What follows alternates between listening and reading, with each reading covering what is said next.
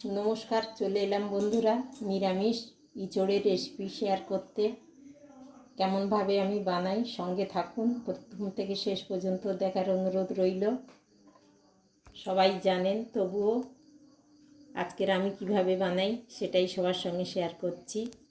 প্রথমে আমি কড়াইতে তেল দিয়ে দিয়েছি, তার আগে ইঁচড়গুলোকে একটু হলুদ দিয়ে ভাপ দিয়ে নিয়েছি। প্রথমে আমি আলুটা ভেজে নেব। কয়েকটি আলু নিয়েছি।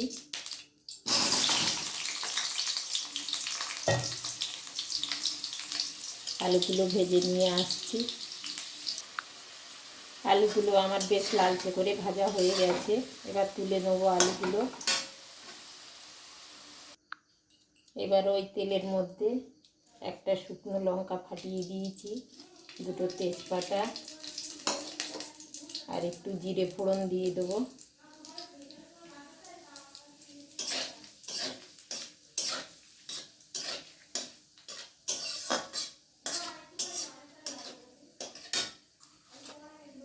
এবার আমি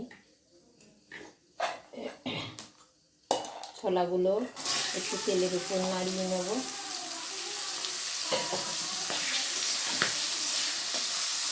টমেটো কুচিগুলো দিয়ে দেবো।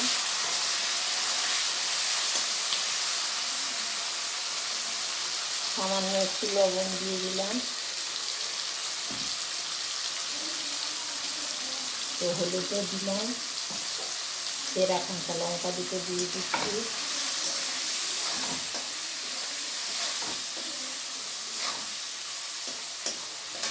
এবার আমি ইঁচড়গুলো দেবো, দিয়ে বেশ ভালো করে একটু কষিয়ে নেবো কিছুক্ষণের জন্য। তারপরে মশলাটা দেবো। আদা বাটা, জিরে বাটা, গোলমরিচ, ধনে সব একসঙ্গে বেটে রেখেছি। দেখুন বন্ধুরা, আমার কষানোটা প্রায় হয়েই গেছে। এবার আমি মশলা বাটাটা দিয়ে দেবো।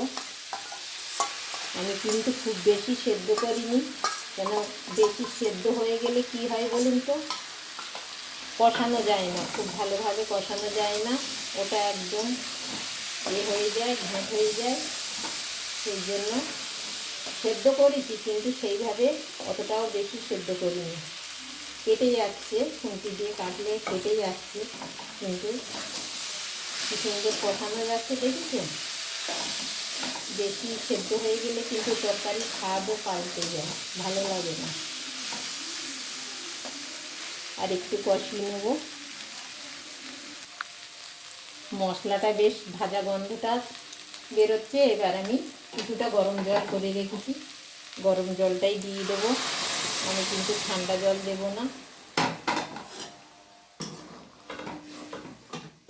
এবার একটু ঢেকে দেবো।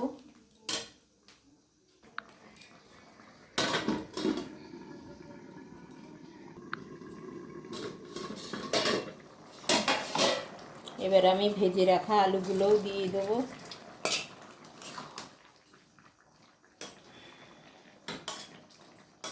এবার কিছুটা বাদাম ভাজা আমি একটু গুঁড়ো করে দেব। ততক্ষণে একটু ফুটুক।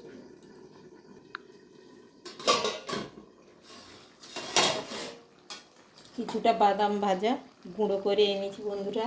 একটু চাল মগজ দিলেও ভালো হয়, যেহেতু নিরামিষ তো একটু বাদাম চাল মগজ দিলে টেস্ট অনেকটাই ভালো হয়। কিন্তু আজকে চাল মগজটা বাড়ি নেই বলে শুধু বাদামই দিলাম। এবার একটু গরম মশলা দেবো, একটু পরে আর একটু হতে দেব।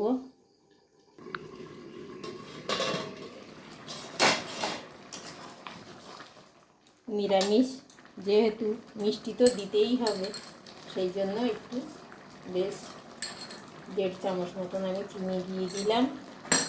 আর গরম মশলা বাটাটা এবার দিয়ে দেবো লাস্টে, একদম নামানোর আগে একটু ঘি দিয়ে নামিয়ে দেবো।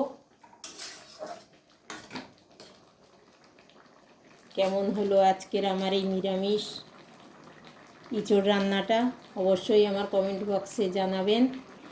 আর শেষ পর্যন্ত দেখার জন্য অসংখ্য ধন্যবাদ। সবাই ভালো থাকুন, সুস্থ থাকুন। রাধে রাধে।